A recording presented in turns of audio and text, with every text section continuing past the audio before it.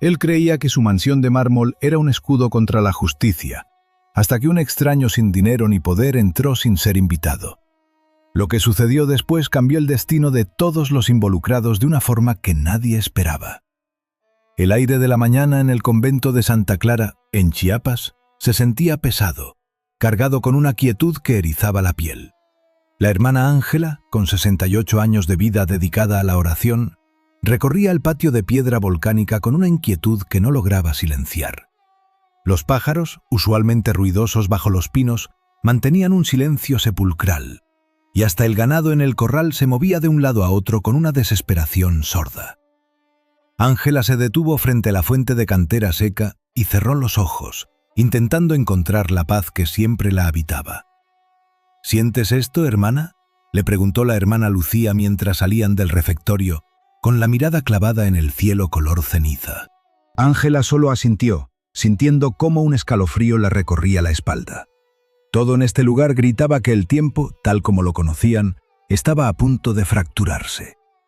¿Alguna vez han sentido que el aire les advierte sobre un destino inevitable?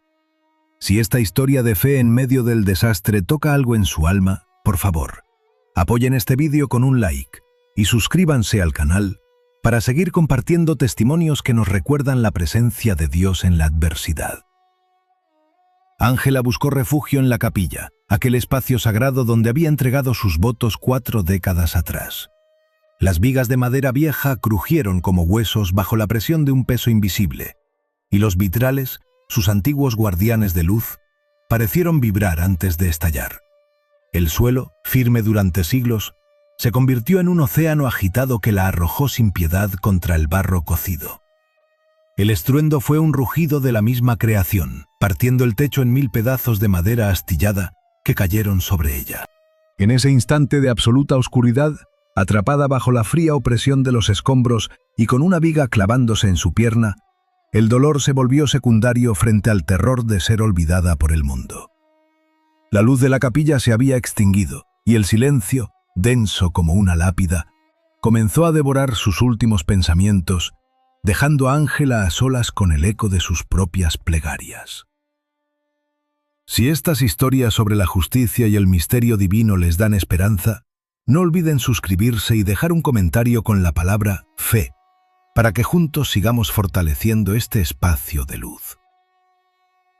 El sol de la tarde se filtraba por las rendijas de la vieja bodega de granos, creando columnas de polvo que bailaban como fantasmas olvidados.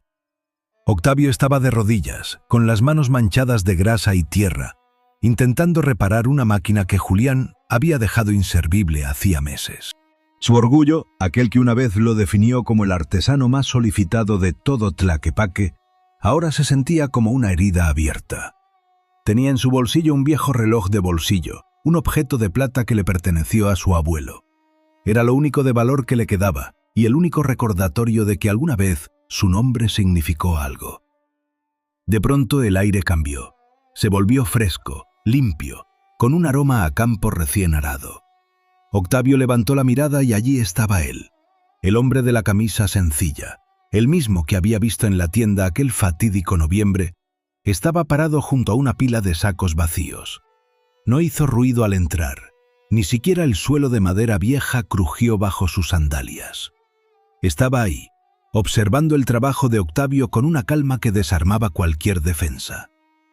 «¿Qué haces aquí?», preguntó Octavio, sintiendo una punzada de vergüenza por ser encontrado en su miseria. El hombre se acercó, y aunque no lo tocó, Octavio sintió un calor reconfortante en su hombro derecho. «La verdad no se oxida, Octavio, aunque intenten enterrarla bajo toneladas de polvo», dijo con esa voz suave que parecía vibrar en las paredes. El hombre señaló el reloj de plata que asomaba en el bolsillo del artesano. «El peso que cargas no es tuyo, es solo tiempo que se te escapa de las manos». Antes de que Octavio pudiera preguntar quién era o qué quería, el desconocido se dio la vuelta y salió por la puerta trasera. Octavio corrió hacia el callejón, pero solo encontró el silencio de la tarde y una sombra que se desvanecía entre los árboles. El artesano se quedó helado, con el corazón latiéndole en la garganta. ¿Quién era aquel extraño que aparecía justo en sus momentos de mayor derrota?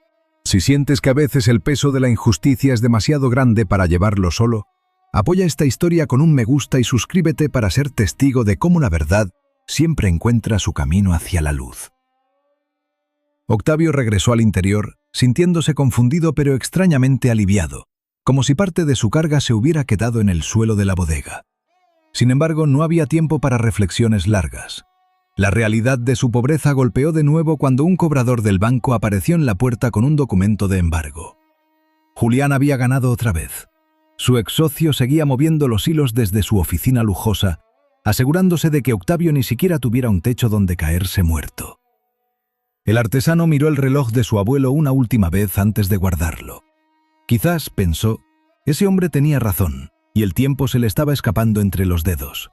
Pero algo más profundo, algo inamovible, estaba empezando a despertar en su interior. ¿Creen que los errores del pasado pueden borrarse con paciencia y una fe inquebrantable? Si esta historia les recuerda que Dios observa nuestra lucha y nunca nos desampara, no olviden dejar un me gusta, suscribirse al canal y escribir en los comentarios la palabra esperanza, si creen en la justicia divina que llega justo a tiempo. Julián se pavoneaba por los pasillos del gremio como si fuera el dueño del sol y las estrellas. Su despacho, decorado con muebles de madera fina y alfombras que costaban más que toda la casa de Octavio, era el epicentro de un imperio construido sobre el engaño y el miedo. Aquella mañana, una delegación de artesanos jóvenes se presentó ante él, exigiendo pagos justos y mejores condiciones.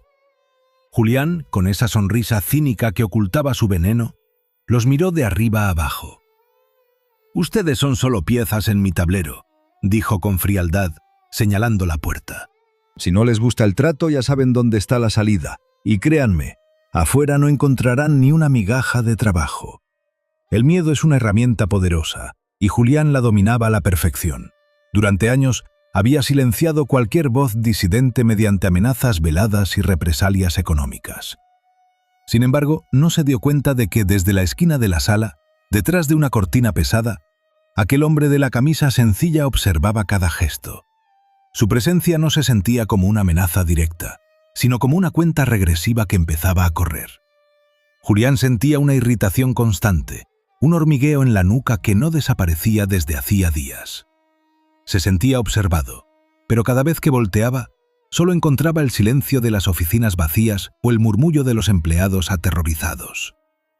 Decidió organizar una reunión general del sindicato para reafirmar su autoridad frente a todos. Llegó al podio, se ajustó el saco y comenzó su discurso habitual sobre la lealtad y el sacrificio. Octavio, quien se había colado entre la multitud para escuchar el destino de su vida, estaba al fondo, oculto tras una columna. Cuando Julián empezó a difamarlo, diciendo que Octavio había robado fondos del gremio y que su miseria actual era el castigo divino por su deshonestidad, la sangre hirvió en las venas del artesano. Fue un momento de pura injusticia, una mentira tan grande y descarada que parecía flotar en el aire como una niebla espesa. Octavio dio un paso adelante, pero antes de que pudiera gritar su verdad, notó algo extraño. El extraño de la camisa sencilla estaba en la última fila, justo al lado de la puerta principal. No dijo una palabra, no levantó una mano, simplemente se quedó allí, mirando a Julián con una serenidad que resultaba casi aterradora. Fue entonces cuando Julián se trabó. Sus palabras, normalmente fluidas y manipuladoras, empezaron a enredarse. Empezó a sudar frío, sus ojos buscaban desesperadamente algún punto de apoyo en la sala, y se detuvieron casi por instinto sobre el hombre de la camisa sencilla. El tirano se puso pálido, como si hubiera visto a un fantasma. Intentó continuar, pero su voz se quebró y empezó a balbucear excusas vacías sobre la importancia del sindicato y la integridad. La multitud, confundida, empezó a murmurar. Julián, incapaz de soportar aquella mirada que parecía ver a través de sus mentiras más oscuras, bajó del estrado abruptamente, huyendo de su propio discurso hacia la seguridad de su oficina privada. Octavio se quedó helado. No entendía qué acababa de ocurrir, pero una chispa de esperanza se encendió en su pecho. Aquel hombre no necesitaba gritar para hacer temblar los cimientos de la mentira. Julián, encerrado en su despacho, comenzó a destruir documentos frenéticamente. sudando de terror, convencido de que su imperio de cristal estaba a punto de hacerse añicos. La verdad, aunque intenten enterrarla, tiene una forma extraña de salir a la luz, a veces a través del miedo de aquellos que más la temen. Si creen que nadie está por encima de las consecuencias de sus actos, denle un me gusta a esta historia y suscríbanse al canal. La lucha apenas comienza, y cada paso hacia la luz es una victoria contra la oscuridad. Escriban la palabra justicia en los comentarios si creen que la verdad siempre prevalecerá al final. El sol de la tarde se filtraba entre los barrotes de la celda, pero Octavio no buscaba la luz. Estaba sentado en su banco de madera con las manos apoyadas en las rodillas. Frente a él, en la mesa metálica, descansaba el viejo reloj de plata de su abuelo. Ese objeto era su único ancla en un mundo que lo había despojado de todo. Octavio no era el mismo hombre que una vez tuvo poder. Ahora, su rostro reflejaba el paso de los años y el peso de una verdad que ya no podía negar. Afuera, en el patio de la prisión, los ruidos de los otros internos resonaban como lamentos distantes. Octavio cerró los ojos e inhaló profundamente. Sintió que el aire de la celda se volvía extrañamente ligero, casi dulce, con un leve rastro de incienso. Abrió los ojos y lo vio sentado en el borde de su catre. Era el hombre de la camisa sencilla, el mismo que había visto en la tienda de Tlaquepaque y luego en la bodega. No llevaba nada en las manos. Su expresión era de una paz infinita, como si estuviera sentado en un trono y no en una celda húmeda. ¿Has encontrado lo que buscabas?, preguntó él con voz suave. Octavio se quedó mudo. Buscaba justicia, pero ahora solo encontraba silencio. El hombre se puso en pie y se acercó a la mesa.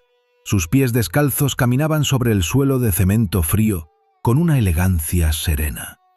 Octavio sintió que el miedo, ese viejo compañero, se disolvía ante su presencia. ¿Creen que la redención puede encontrarse incluso detrás de los muros más fríos? Si creen que la gracia de Dios llega donde nadie más se atreve a entrar, apoyen este vídeo con un me gusta y suscríbanse al canal para seguir el camino de esta transformación.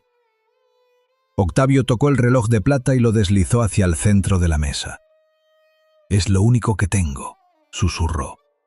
El hombre no lo tomó.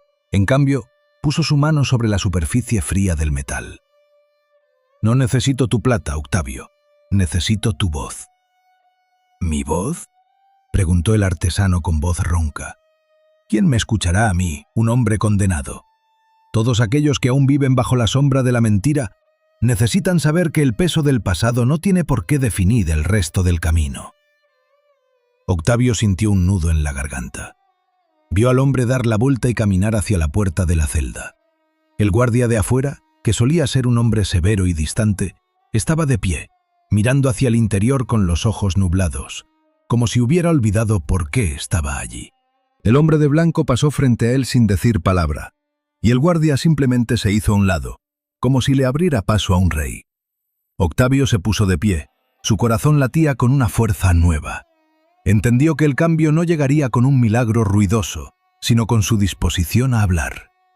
Tomó el reloj y decidió que al día siguiente pediría permiso para escribir su testimonio para los otros internos. Esa noche, el silencio en la prisión no le pesó. Por el contrario, le dio espacio para respirar. Entendió que la justicia no siempre se trata de castigar al otro, sino de liberarse uno mismo de la carga del orgullo. La transformación era real, era tangible y, sobre todo, era profundamente humana. Al final del camino, cuando las tormentas se calman, descubrimos que lo único que realmente poseemos es la paz de haber sido honestos con nosotros mismos. Si esta historia les ha tocado el alma y les recuerda la importancia de la verdad, no olviden apoyarnos con un me gusta, suscribirse al canal y dejarnos un comentario con la palabra redención. Gracias por acompañarnos en este viaje de aprendizaje y crecimiento espiritual. El silencio en el despacho de Julián era denso, como si el mismo aire se hubiera vuelto sólido. Octavio, ya sin nada que perder, se mantenía firme frente al escritorio. Julián, con las manos temblando, intentaba alcanzar una carpeta que contenía las pruebas de su ruina. El artesano, sin embargo, no usó la violencia. solo observaba. Sus ojos, antes llenos de miedo, ahora reflejaban una calma helada, una claridad que solo se consigue cuando el alma se ha despojado de toda pretensión. Julián se levantó, su rostro desencajado por la rabia y el pánico. «¡Esto es una farsa!», gritó, tirando papeles al suelo. «Tú no eres nadie, Octavio. Eres un miserable que no tiene ni para comer». El artesano solo sonrió, una sonrisa pequeña, casi triste. «La verdadera miseria no está en el bolsillo, Julián», respondió con voz pausada. «Está en un alma que necesita destruir a otros para sentirse poderosa». En ese preciso instante la puerta se abrió con una lentitud deliberada. El hombre de la camisa sencilla entró en la sala, caminando sin hacer ruido. No llevaba ninguna herramienta, ningún arma. Sus pies descalzos sobre la alfombra cara parecían una ofensa al lujo que rodeaba a Julián. El tirano se quedó paralizado. Su respiración se volvió errática, un siseo que delataba su terror absoluto. «¿Quién te dejó entrar?», balbuceó Julián, retrocediendo hasta chocar contra la pared. El hombre no respondió de inmediato. Se acercó al escritorio y colocó su mano, callosa y marcada por cicatrices antiguas, sobre el contrato fraudulento que Julián intentaba esconder. El tirano sintió un escalofrío que le paralizó los músculos. Era como si la pura verdad estuviera irradiando desde aquel desconocido, quemando todas sus defensas. ¿Sienten que a veces el peso de la injusticia es tan grande que solo una presencia superior puede restaurar el equilibrio? Si creen que la justicia divina tiene sus propios tiempos y métodos, apoyen este vídeo con un me gusta y suscríbanse para seguir acompañándonos en esta historia de redención. Julián intentó gritar, pero su voz quedó atrapada en una garganta seca. El hombre de blanco lo miró a los ojos, no con juicio, sino con una piedad que resultaba más dolorosa que cualquier castigo. «Es tiempo de dejar de fingir, Julián», dijo con una voz que resonó en cada rincón de la oficina. «Las paredes no podrán guardar tus secretos por mucho más tiempo». El hombre se retiró, caminando hacia la salida con la misma sencillez con la que había llegado. Julián cayó de rodillas, derrotado por su propia soberbia. Octavio, por su parte, no sintió el impulso de atacar ni de celebrar. Solo sintió una paz profunda, esa que llega cuando sabes que ya no necesitas luchar contra la oscuridad, porque la luz ya ha marcado el terreno. Julián, solo y quebrado, se quedó mirando los papeles esparcidos a sus pies. Sus cómplices, al ver su desplome, empezaron a abandonar el edificio, temerosos de que la verdad salpicara sus propias reputaciones. La influencia de Julián, esa red de favores y miedo que había tejido durante años, comenzó a deshacerse como un castillo de naipes. Octavio salió de la oficina, caminando por el pasillo con la frente en alto. No necesitaba el taller ni las herramientas que le habían quitado. Había recuperado algo mucho más valioso. Había recuperado su dignidad, esa que nadie puede embardar ni comprar con dinero sucio. Mientras caminaba hacia la calle, Octavio se detuvo un momento a respirar el aire de la tarde. El sol se estaba poniendo, tiñendo todo de un tono dorado que parecía bendecir su nueva vida. Comprendió que aquel hombre no había venido a cambiar su destino con trucos de magia, sino a darle la fuerza necesaria para que él mismo reclamara su verdad. El camino hacia la libertad no es fácil ni rápido. Es una suma de decisiones diarias, de negarse a negociar con la propia conciencia y de esperar con paciencia a que el tiempo ponga a cada uno en su lugar. Si esta historia les recordó que el orgullo es una trampa mortal y que la humildad es el único camino hacia una paz verdadera, por favor, apoyen este vídeo con un me gusta, suscríbanse al canal y dejen en los comentarios la palabra verdad, si creen que el poder de la honestidad es capaz de derribar los muros más altos.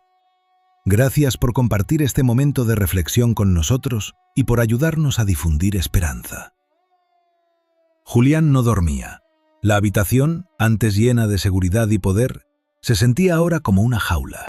Caminaba de un lado a otro con la camisa desabrochada y las manos sudorosas. Cada vez que cerraba los ojos, veía la mirada de aquel hombre en la reunión sindical. No era odio lo que había visto, era una claridad que le devolvía su propio reflejo corrompido. ¿Cómo podía un simple trabajador, un hombre que no poseía ni una propiedad a su nombre, hacerlo sentir tan pequeño. Sus documentos estaban siendo auditados por autoridades que hasta hace una semana eran sus amigos. Los sobornos que creyó ocultos bajo capas de legalidad ahora aparecían en cada pantalla, en cada reporte, como si una mano invisible estuviera abriendo todas las cerraduras. Julián intentó hacer una llamada, pero el tono de ocupado era eterno. Se sentó en su silla de cuero, el mismo lugar desde donde había dictado despidos y destruido familias. El silencio de la oficina era insoportable. De repente la puerta se abrió sin un solo golpe. Julián saltó de su asiento, el corazón martilleando contra sus costillas. El hombre de la camisa sencilla entró con esa calma que, para Julián, ya era sinónimo de un juicio inevitable. El extraño no traía nada, solo sus manos, limpias y abiertas. «¿Qué quieres de mí?», sollozó Julián, desplomándose otra vez sobre la silla. «¿Quieres dinero? ¿Quieres que devuelva lo que robé? ¿Quieres mi cabeza?». El hombre se detuvo a 1 metro de distancia. La luz que entraba por la ventana parecía detenerse justo sobre él, creando un halo que hacía que la oficina, llena de trofeos y documentos de poder, pareciera un lugar vulgar y vacío. «No busco lo que se puede contar en monedas, Julián», respondió el hombre con una voz que, aunque suave, hizo vibrar los cristales de las ventanas. «He venido para que veas el rastro que has dejado». El extraño levantó una mano y señaló la pared. Julián, horrorizado, vio cómo las sombras en la oficina empezaron a cobrar forma.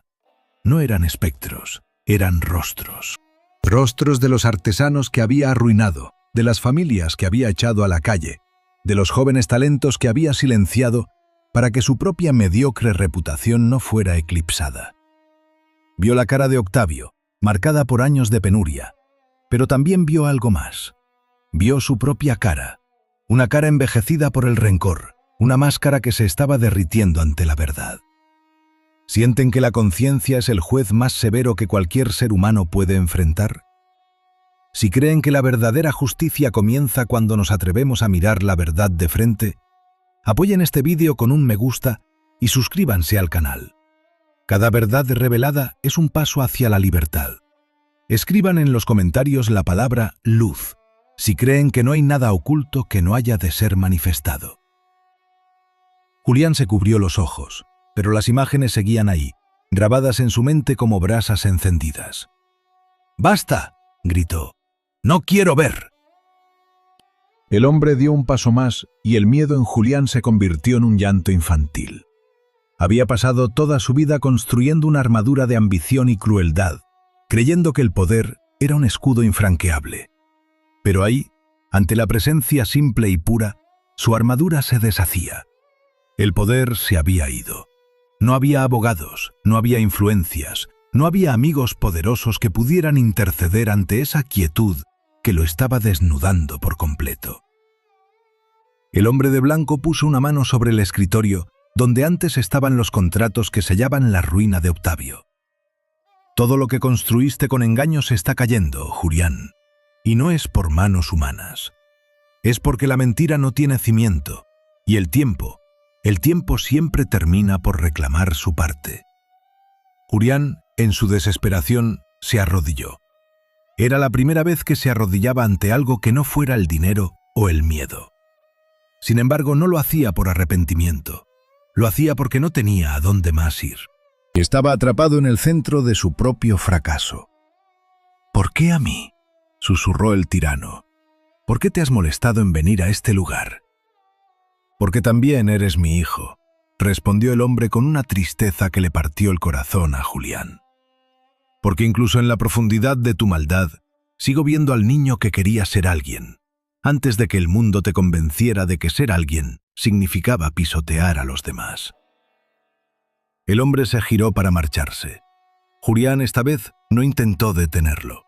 Se quedó allí, en el suelo de su propia oficina, roto. No hubo milagros ruidosos, ni rayos del cielo, ni castigos físicos. Solo la fría, dura y necesaria verdad, instalándose en su pecho como una verdad que ya no podría ignorar. La caída de Julián fue rápida y pública. Al día siguiente la policía entró en el edificio. No hubo resistencia. Los mismos empleados que antes temblaban ante su nombre, ahora observaban, en un silencio respetuoso, cómo se llevaban al hombre que una vez fue el dueño de sus destinos. Octavio, al enterarse de la noticia, no sintió una explosión de alegría. Fue al taller, tomó su viejo martillo, aquel que había sido el símbolo de su humildad y su constancia, y lo sostuvo entre sus manos. Se sintió liviano. El tirano ya no estaba. La estructura que lo asfixiaba se había desplomado, no porque Octavio fuera más fuerte, sino porque la verdad había recuperado su lugar natural en el mundo. Octavio comenzó a trabajar de nuevo, esta vez no con el miedo de ser destruido, sino con la alegría de quien sabe que cada gesto, cada pieza tallada en madera, es un acto de gratitud. Se convirtió en un maestro para los jóvenes, no un líder autoritario, sino un guía. Les enseñó que la calidad de su trabajo debía ser un reflejo de su propia integridad. Y cuando meses después Julián salió de prisión tras cumplir una sentencia mucho menor de lo que todos esperaban, pero habiendo perdido absolutamente todo, no fue Octavio quien buscó venganza. Fue Julián quien meses más tarde apareció en el humilde taller de Octavio. No era el hombre soberbio de antes, caminaba encorvado, con el peso de la vergüenza en los hombros. Se detuvo ante Octavio, que estaba tallando una pequeña figura de madera. Octavio levantó la mirada. El artesano no mostró odio, solo una profunda serenidad. «¿Qué haces aquí, Julián?», preguntó con voz suave. Julián bajó la cabeza, su voz apenas un hilo. «No sé a dónde ir. He perdido mi casa, mi estatus, mi nombre. Nadie quiere siquiera hablarme». Octavio dejó el martillo sobre la mesa. Le señaló una silla de madera vieja, la misma en la que el hombre de blanco se había sentado meses atrás. «Siéntate», dijo Octavio.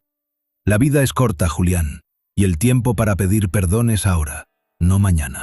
Julián se sentó, dejando caer la máscara de tirano que tanto le había costado mantener.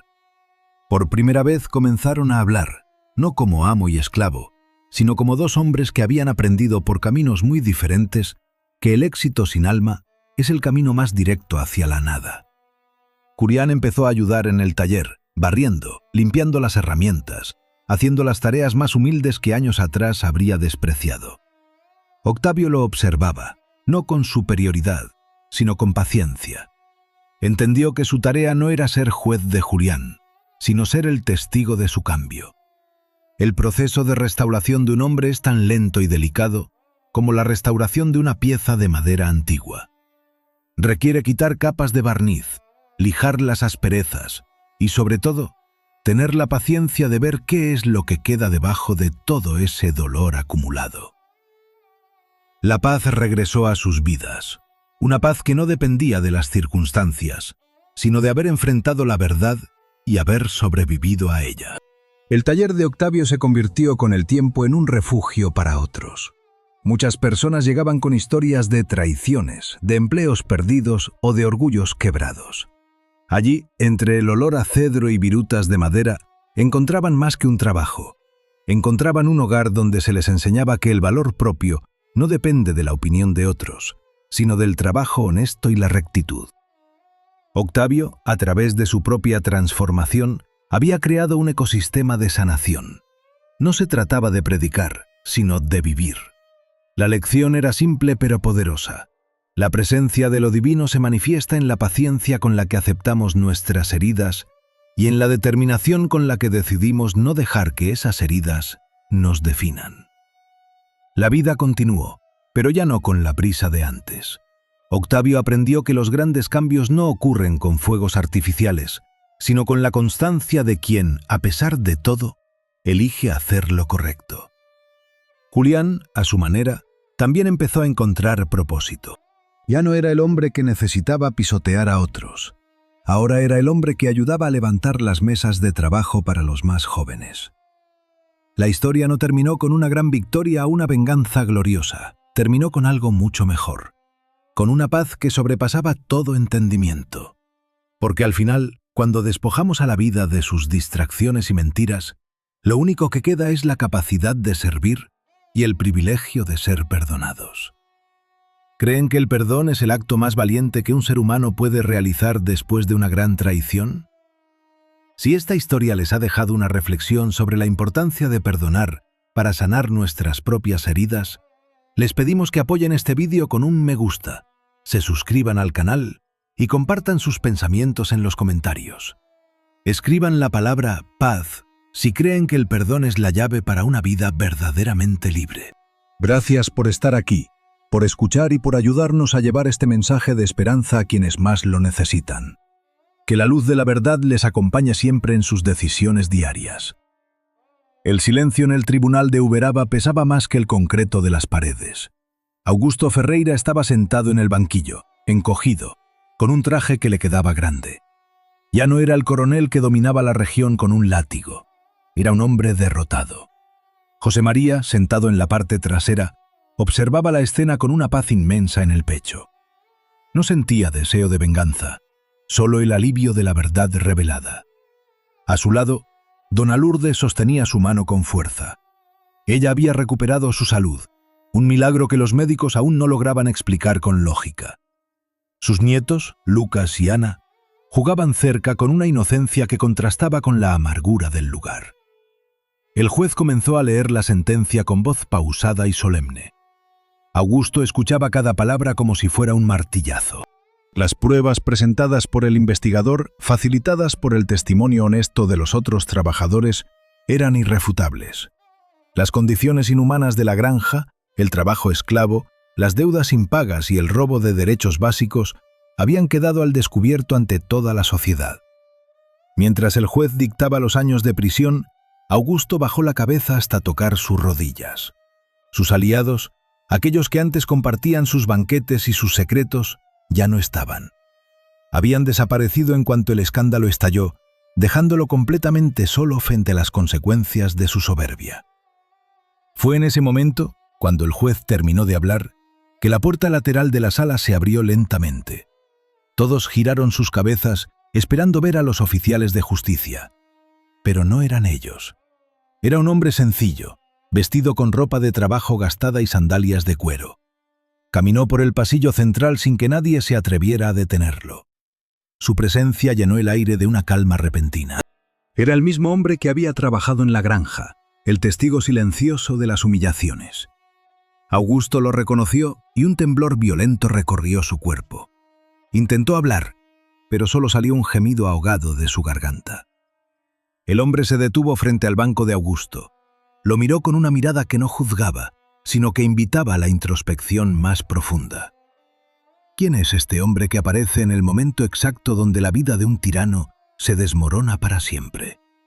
Si creen que la justicia divina encuentra su camino incluso cuando todo parece perdido, apoyen este vídeo con un me gusta y suscríbanse al canal para seguir el curso de esta historia. Es momento de dejar que el corazón nos guíe hacia la compasión. El hombre no dijo nada. Solo puso una mano sobre el hombro de Augusto. No fue un gesto de triunfo, sino de una tristeza infinita. En ese instante la arrogancia que había sostenido al coronel durante décadas se evaporó, dejando solo al ser humano frágil que siempre había estado oculto bajo el uniforme de poder. Augusto comenzó a llorar, un llanto seco y profundo. La verdad ya no era una amenaza, era su única salvación. El hombre en ropa de trabajo se dio la vuelta y comenzó a caminar hacia la salida. Nadie le preguntó quién era ni cómo había entrado. Los guardias se apartaron a su paso con un respeto instintivo. José María se puso de pie, asintió levemente hacia él, y el hombre le devolvió una sonrisa breve pero llena de luz, antes de desaparecer por las puertas del tribunal. Augusto fue retirado de la sala, no como un rey, sino como un hombre que finalmente entendía el precio de su crueldad. Octavio, quien había presenciado todo desde el fondo, comprendió que su propia historia estaba conectada con este desenlace. José María volvió a su pequeña parcela, a su nueva vida de libertad y trabajo honesto. La granja Santa Cruz fue subastada y el dinero se utilizó para compensar a todas las familias que durante años habían sufrido el despojo. No hubo grandes celebraciones, ni titulares de prensa glorificando la caída del hombre poderoso. Solo hubo justicia, silenciosa y necesaria, devolviendo a los humildes lo que les pertenecía. La paz, esa que sobrepasa todo entendimiento, se instaló en el campo de Uberaba. La vida sigue, a veces más dura, pero siempre bajo la mirada de aquel que nunca duerme. Si esta historia les ha recordado que no hay poder humano capaz de ocultar la luz de la verdad, les invito a apoyar este vídeo con un me gusta, suscribirse al canal y escribir en los comentarios la palabra justicia, si creen que la verdadera paz florece solo cuando se hace lo correcto ante los ojos de Dios. Gracias por caminar con nosotros en esta reflexión sobre la misericordia. El sol se hundía tras las montañas de Minas Gerais, tiñendo el horizonte de un rojo intenso, como si la tierra misma estuviera sangrando por las injusticias que había presenciado. El coronel Augusto Ferreira, ahora despojado de su uniforme y de su influencia, estaba sentado en una celda pequeña y fría. El silencio era su único compañero. A veces escuchaba los pasos de los guardias, pero lo que realmente retumbaba en su cabeza eran los ecos de sus gritos en la granja, los lamentos de José María y la mirada firme, llena de luz, de aquel hombre que había trabajado a su lado. El coronel cerró los ojos, intentando huir, pero la oscuridad era un espejo que le devolvía su propia crueldad.